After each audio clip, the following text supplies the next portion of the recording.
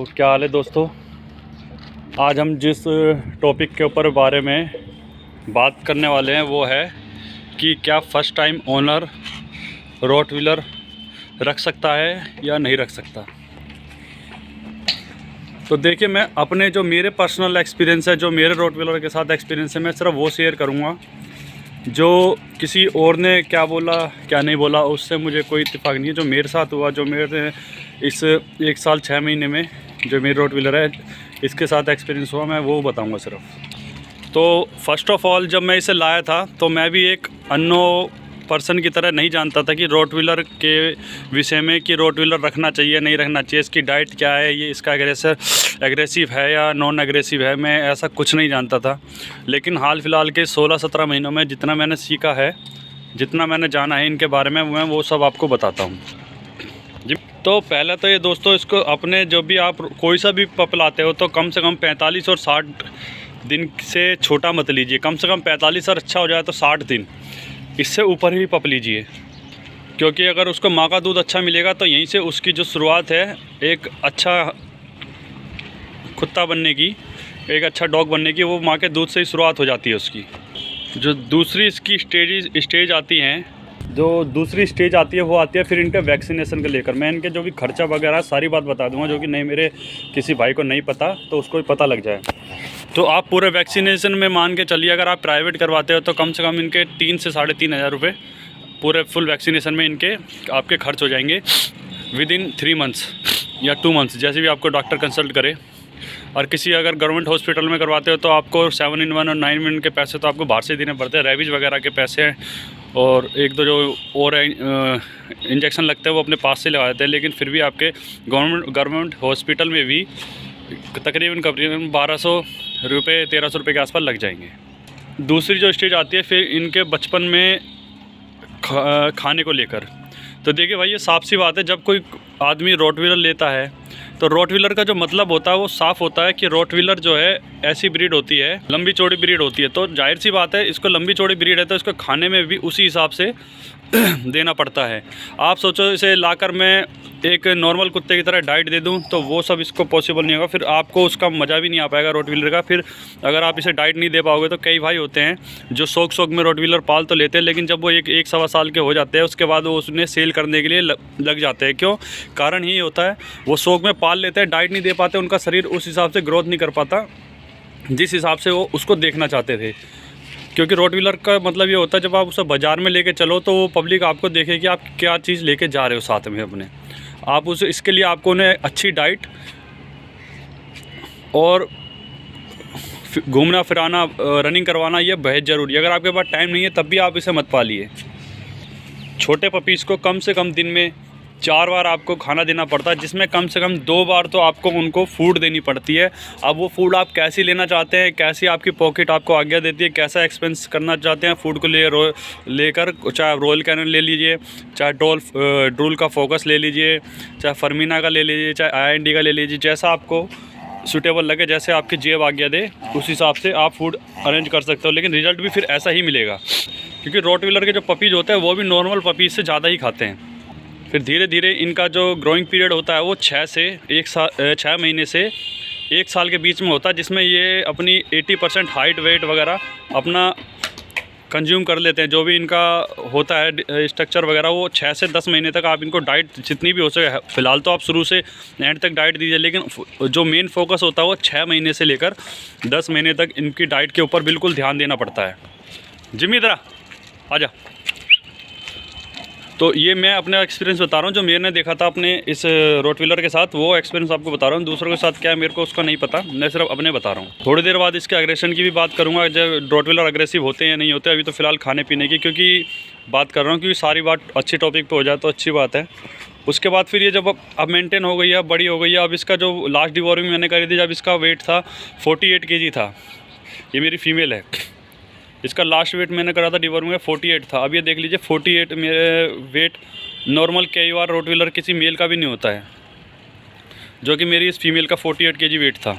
और मेरे को भी मैंने कई बार मीटिंग, जैसे इसकी मीटिंग करवाई थी तो और आसपास लेके जाता हूँ, घूमता हूँ और पास भी रोटवीलर मैं देखता हूँ, तो मेरे को इसकी अभी कोई टक्कर की फ़ीमेल दिखती नहीं है। जैसे लंबी चौड़ी है इस हिसाब की कोई फ़ीमेल मेरे को जल्दी मिलती नहीं है। और अभी तक भी मैंने इसका जो डाइट है वो मेंटेन ऐसे कर रखा है। अभी मैं आपको लास्ट में उसकी वीडियो भी दिखाऊंगा कि इसको मैंने कि मैं क्या देता हूँ। लेकिन अब सिर्फ इसकी डाइट जो है दिन में 2 टाइम होती है, एक सुबह एक शाम। दिन में गैप कर रखा है मैंने, उसका भी कारण है गैप करने का भी, वो इसकी वीडियो बना रखी है, वो भी आप देख सकते हैं। तो इसके खाने में मैं इसका क्या ख़र्चा होता है कि यंग रोटवीलर का, वो भी बता देता हूँ आपको दोस्तों। जो मैं इसे देता हूँ ये कम से कम मेरा दिन में एक आधे किलो से ऊपर दलिया और चावल मिक्स करके कम से कम 1 किलो से नीचे और आधे किलो से ऊपर ये एक दिन में खर्च करता है। एक दिन में इसको मैं ये 2 टाइम डाइट में आधे किलो से ऊपर और 1 किलो से नीचे, मतलब 3 पाव चावल और दलिया मिक्स होते हैं, वो इसकी एक दिन में ख़त्म कर देती है। प्लस इसका आधा किलो दूध सुबह और आधा किलो दूध शाम को ये दिया जाता है इसको। और सोयाबीन एक टाइम देता हूँ सुबह के टाइम, और शाम के टाइम मेरा अभी भी इसको फूड देता हूँ। अभी भी फूड दे देता हूँ मैं इसे, कभी कभी पूरा रोज़ तो नहीं देता, लेकिन कभी कभी हफ्ते में 2 बार 3 बार तो कंफर्म है ही, मैं इसे फूड ज़रूर देता हूँ। लेकिन जो इसका दूध है, सोयाबीन है और एग, रात को 2 एग, सुबह 2 एग, ये इसके कंफर्म रहते हैं। प्लस सोयाबीन और दलिया और चावल। दलिया इसलिए मिक्स करना होता है क्योंकि इस टाइम चावल पूरी हिसाब से नहीं दे सकते। तो इनका जो खाने का खर्चा है वो भी बहुत ज़्यादा होता है। लगा लीजिए 100 रुपये रोज़ का हिसाब तो इनके खाने का है ही। 100 रुपये से नीचे आप इसको अगर 100-150, एक नॉर्मल बता रहा हूँ कि 100 रुपये तो इसका खाने का खर्चा ही। जो हम मीट नहीं खाते ना, मीट वगैरह तो वो मैं खिला नहीं सकता क्योंकि हम खुद ही नहीं खाते। अंडा भी बड़ी एडजस्टमेंट करके मैं इनको खिलाता हूँ, वो भी घर वाले करते हैं किल। लेकिन अंडा तो अब इतना भी नहीं कर सकते कि इतना तो देना पड़ेगा इसको, ये तो इसका ज़रूरी है।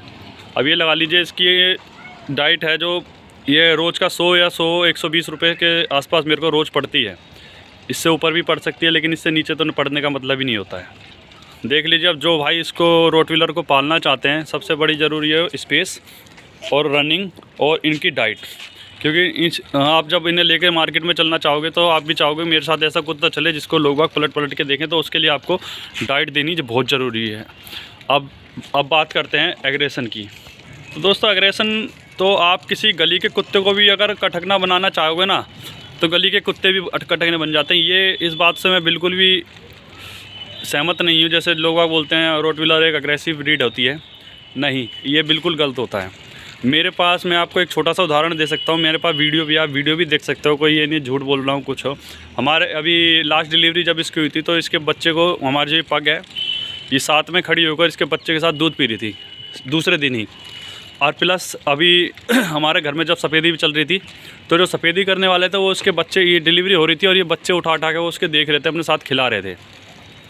तो ये देख लीजिए, ये अग्रेसिव डॉग नहीं है। इस चीज़ की मैं अपने पास से जो मेरी है वो मैं गारंटी दे सकता हूँ कि अग्रेसिव बिल्कुल भी नहीं है। हाँ, लेकिन इनका जो नेचर है वो उसे देख के आदमी डर जाता है कि ये काटना है, क्योंकि इनके जो प्यार करने का भी तरीका होता है वो ऐसा होता है जैसे लड़ाई झगड़ा, क्योंकि आदमी इनकी शक्ल सूरत देख के ही वैसे डर जाता है कि ये क्या करने वाला है।